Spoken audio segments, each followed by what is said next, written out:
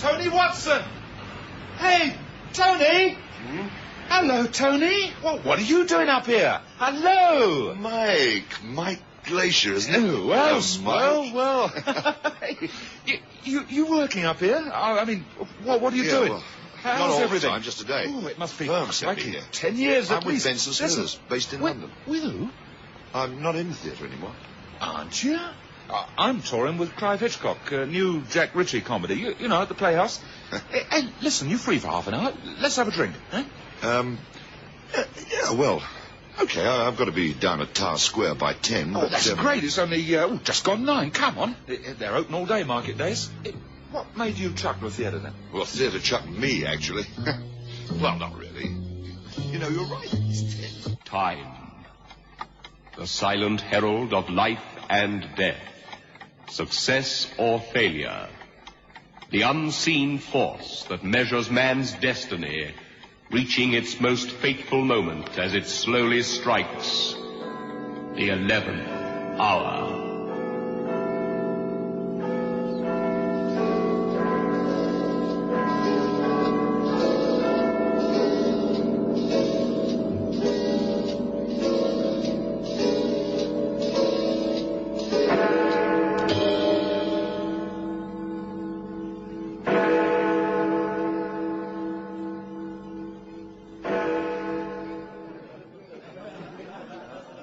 Cheers, you old so-and-so. Cheers, Mike.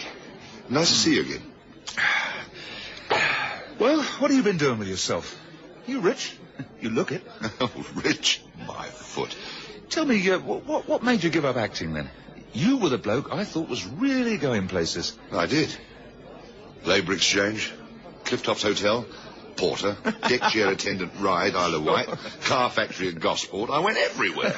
Yeah, sure. I know. We've all done all of that. Horrible, was it? But I really thought you'd be starring, no? Starring or starving? No, well, you know, I did a bit of TV, had a 6 months run in Witches Hollow at the Lyceum. Load of baloney that was, too.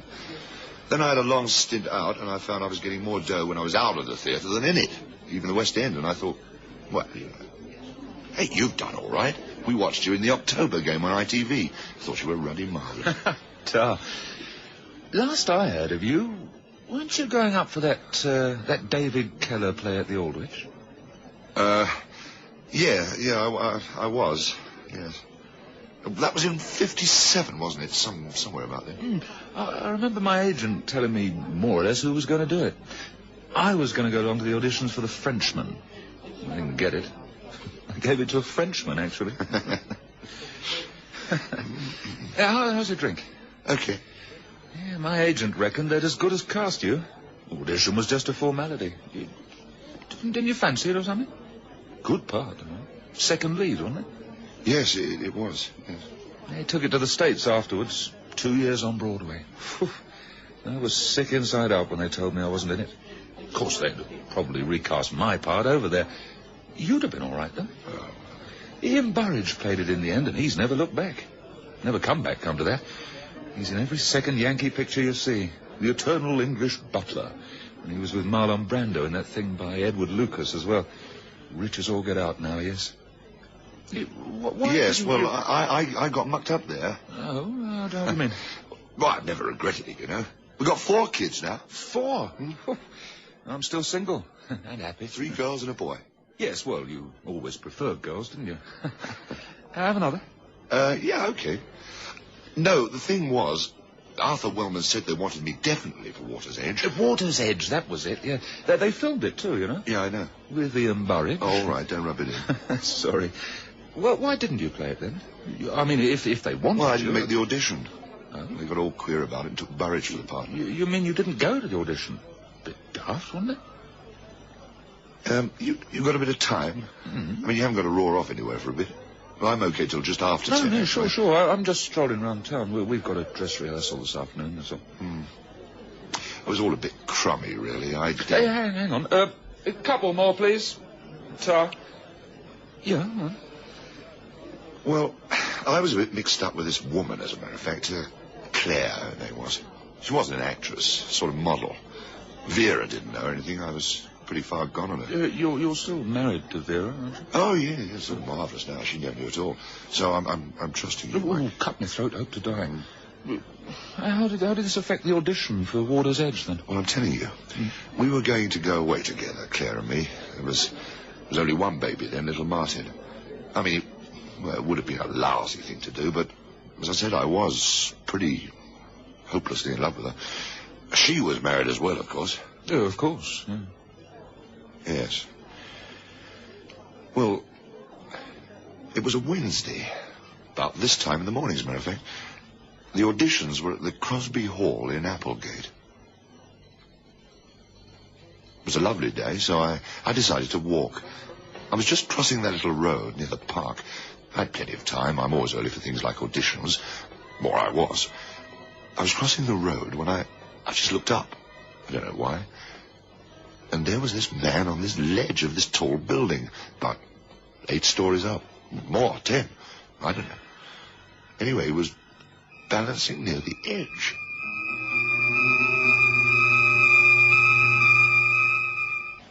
There was an entrance to this block of flats.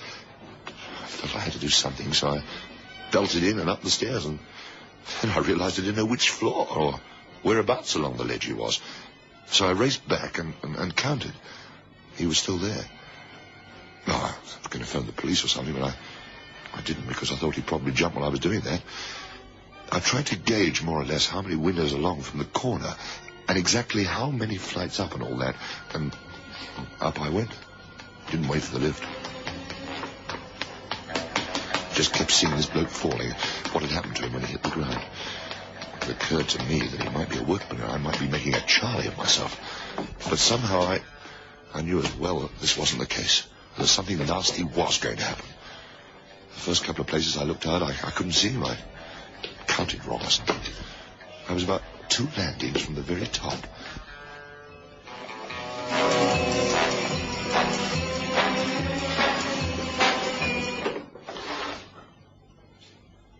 And then I saw him. He was about 30 feet along from the window where I looked out. I nearly called out. Then I realized I mustn't do that. I had to get closer. I squinted along and tried to gauge how many windows along he was. I counted the doors along the corridor. I was in this ordinary little flat. I opened the window and looked out. He was about 10 feet from me along on the ledge. He wasn't moving. I looked down and I felt a bit sick. I didn't know what to do. Then he looked sideways and saw me. He didn't say anything. Just sort of leaned forward as if he was going to jump. Please, look, you'd better be careful. You might, it's a long way down. I mean, what do you say in a case like that? Whatever you say is going to sound stupid and inadequate. I wasn't sure whether he'd heard me or not. Then I saw a closer window along the wall. I opened this.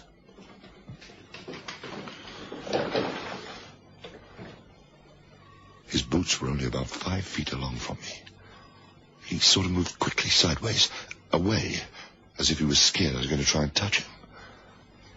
It's okay. Don't worry. I saw you from down there. It looks a bit dangerous. What are you doing? Huh? He didn't look at me. Just told me where to go and what to do, and he wasn't very polite. All this time, no one else had noticed. I remember thinking this was a bit queer, but there wasn't a soul about down in the street. An odd car went by. No one looked up or anything. I didn't know what to do. There was a phone in the flat, but who do you phone in that sort of situation? I had this feeling that if people came, well, he must have reckoned I was trying to decide what to do, because he spoke again without looking at me.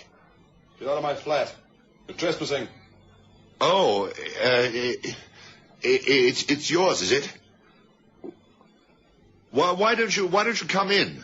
You might fall or something. Mind your own business. Clear off. Why are you? I mean, what's up? Look, you're right. It's none of my business, but look, you might regret it on the way down or something. Be a bit late then. Don't move your feet like that. You're feel like talking about it. Horrible thing to say. Feel like talking about it. Corny. Sort of thing a vicar might say in one of those television dramas. Thing is, this is how you tend to react to situations which are a bit melodramatic. You say corny things that have been said before. I couldn't think of any startling, original dialogue. I mean, the whole situation was so crummy. Then I saw the time. I'd have to be smart if I was going to get over to Crosby Hall for my audition. Listen, I've got to go now.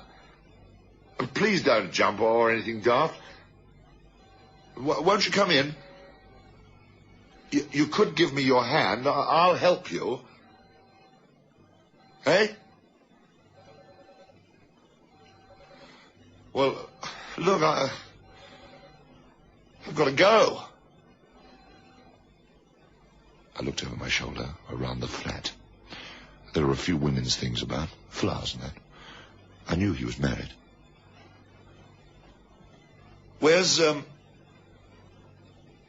your, wife? Keep her away from me. Yes. Okay, of course. Leave me alone! Look out, you'll fall!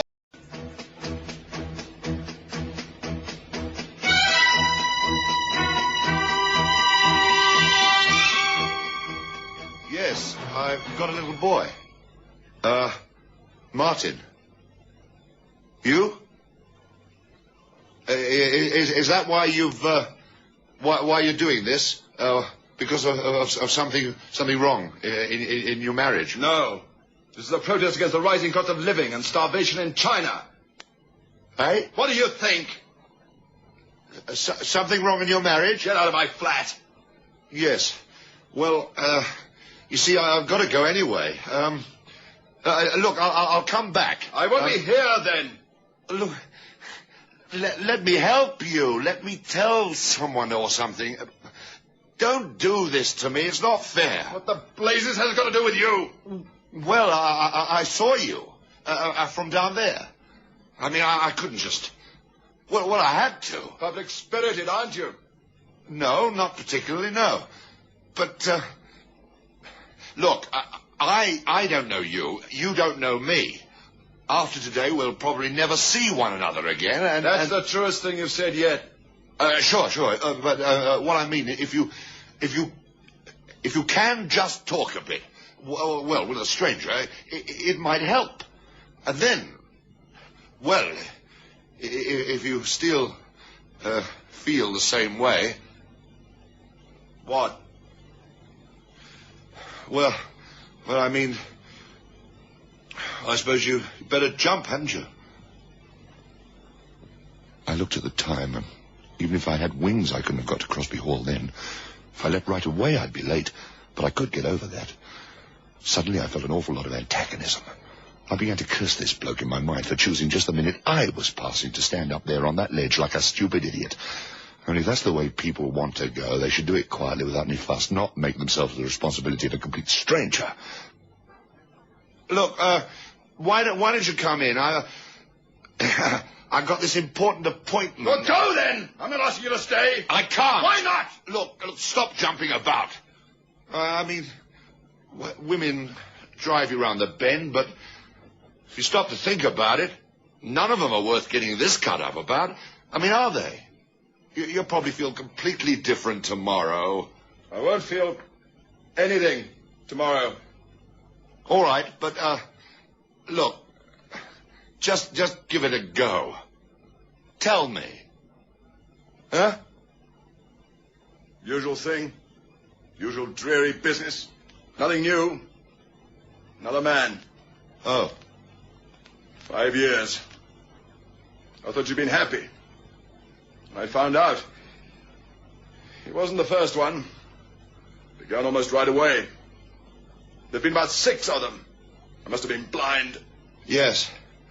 Well, that's tough. But they're not all like that. I mean, well, divorce. Start all over again. She's not worth bashing your brains out for, is she? How do you know? You never met Claire. Well, no, but...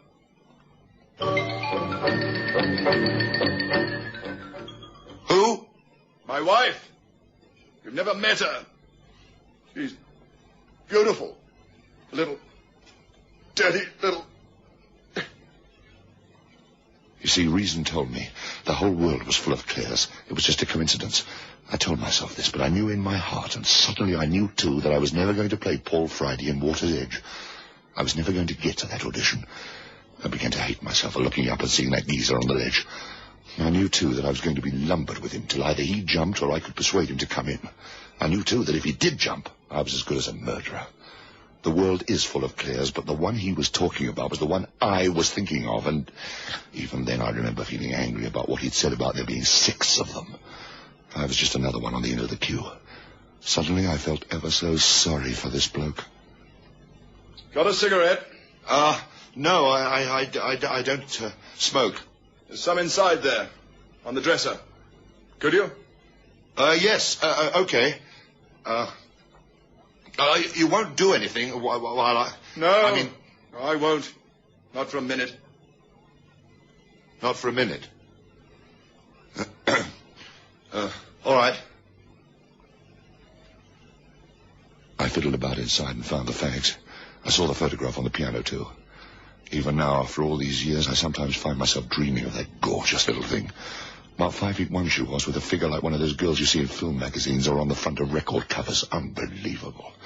Claire. What a rotten, lousy coincidence. I saw a coat of hers I recognized slung over the back of a chair.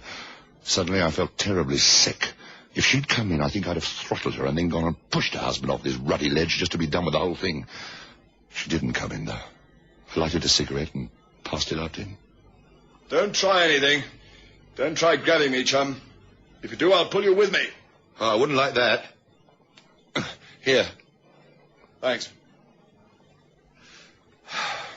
So, your wife's played fast and loose, so you're thinking of doing away with yourself.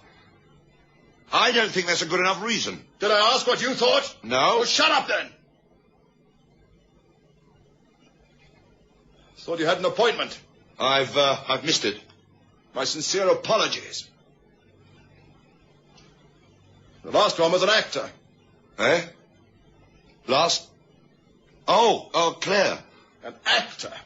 That's an insult for a start. Oh, I don't know. Some actors do pretty well. TV, films, that, you know. What do you do? Me?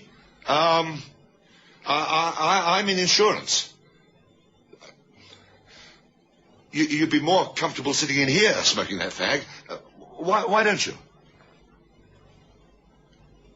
He didn't say anything for a bit then. I felt pretty stupid. Didn't know what to do. Then I saw he was crying, and I started to be frightened. For a bit, when he was getting sarcastic and that, I thought he might chuck the whole thing and come in. But he was obviously getting all bitter again. And I should imagine that's when you do something without thinking. Then I looked down and saw the little crowd of people below, and I knew that there wasn't a lot of time left. Little black figures were running about down there and waving their arms and that. There were a couple of cars there, too. I thought he'd be all right for a second or two, so I ducked in and locked the door, just to be on the safe side. I went back to the window and looked out again. Where the... No! Why? You... Oh... He'd crossed over in front of the window to the left-hand side of it. I thought he'd jumped. Oh, you're the comedian, aren't you? Funny. Ha ha! Well, why the ruddy heck don't you jump then? Go on, don't promise us all. Jump! He looked as if he hated me for a minute, then suddenly he went all sort of stiff, and he looked as if he was crying again, and I realized he really did mean it. Not like a lot of people who do that sort of thing. Okay, I'm sorry. Look, please, won't you come in? This is ruddy stupid, this whole business. Don't do this for a woman. The world's full of things to do. Don't kill yourself for a lousy woman. And believe me, I really said that word lousy as if I meant it. There were more people scurrying about down below. He saw them too.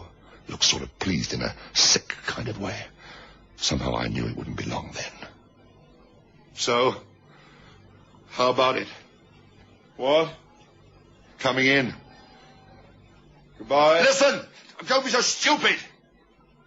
He flicked away a cigarette then and pressed his hands against the wall behind him. I felt more frightened than I'd ever been before in the whole of my life. And suddenly, too, I thought of something else. I was the other man in this affair, although he didn't know that. It was going to look a bit awkward, wasn't it? Me, the chap his wife was going about with, up here with him, and he jumps out and kills himself. I could see the whole court business. Ah, but did he jump? The man's knuckles went sort of white, and I knew he was pressing to get leverage, and I stretched quickly as far as I dared and got hold of him. Look, stop it! You'll have me out and all! I'd had it then. I had to get the beggar in. Wasn't going to stand up at all, not in court afterwards. An unwanted husband decides to do away with himself, and the other man, the third member of the triangle, tries to stop him. Oh, do me a favor. His foot slipped, and for a moment I had the whole weight of him on one arm, and I thought I was going to lose him. But I got my other arm out, too, and got him under the chin. Somebody was doing them right outside the door. It'd be only a minute or two, and they'd be in, I reckon. I wanted them in there, and suddenly I realized he was trying to tear himself away from me and go over the edge. He really was sincere, after all. I couldn't put him in on my own. And there wasn't room enough for anybody else to get there. I needed his help. He had to want to come in. It was a good idea, and it worked, too. Listen, you're Godfrey Jenkins, aren't you? And Claire's your wife. I know her. I'm the bloke she's been going round with. I'm the actor. Let go of me. You're a liar. Liar. Liar. I'm Tony Watson. It's not every woman in London that's got a birthmark shaped like on her thigh. Boy, is she hot stuff.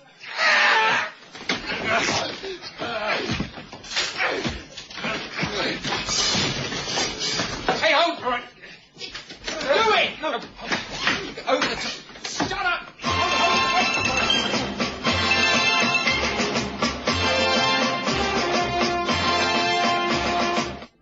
It worked anyway.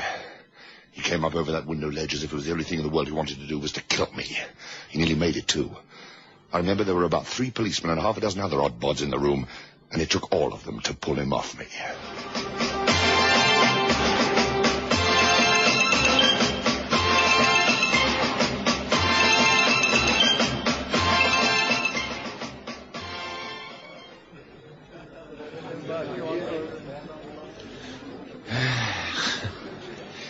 Now tell me you didn't make it all up.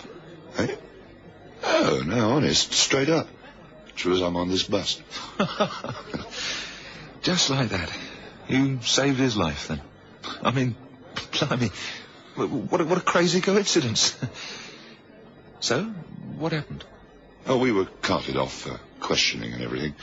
He was taken to hospital then and given a sedative or something, and, well, it didn't get into the papers, and that was a miracle I reckoned I deserved. Vera never found out. I met him afterwards, Godfrey thing. He was quite decent about it. Embarrassed, of course, but he thanked me because he really was going to take that high dive that morning. Makes you all sort of religious, really, doesn't it? Because I was obviously meant to be passing at that time, and I was meant to look up. Did he patch it up with Claire? No, they got divorced, and he cleared off to Canada. Never heard of either of them since. Let's have another beer. It's nearly 12 o'clock. Hey? Oh, blimey. Another appointment I've missed. Never mind. Too late now. Same again? Yeah, okay. So, you're okay with Vera, and everything's all right, huh? Oh, I've never been happier. Well, I thought I'd chuck the theatre and become a new person altogether. No more dramas, faithful husband, little house, nice kids, no more Claire's. 2 more pints, please. Tell me, what was this birthmark she had, Claire? I don't know. It was shaped just like a question mark. Just here on her right thigh. She was the most beautiful thing I've ever seen in the whole of my life.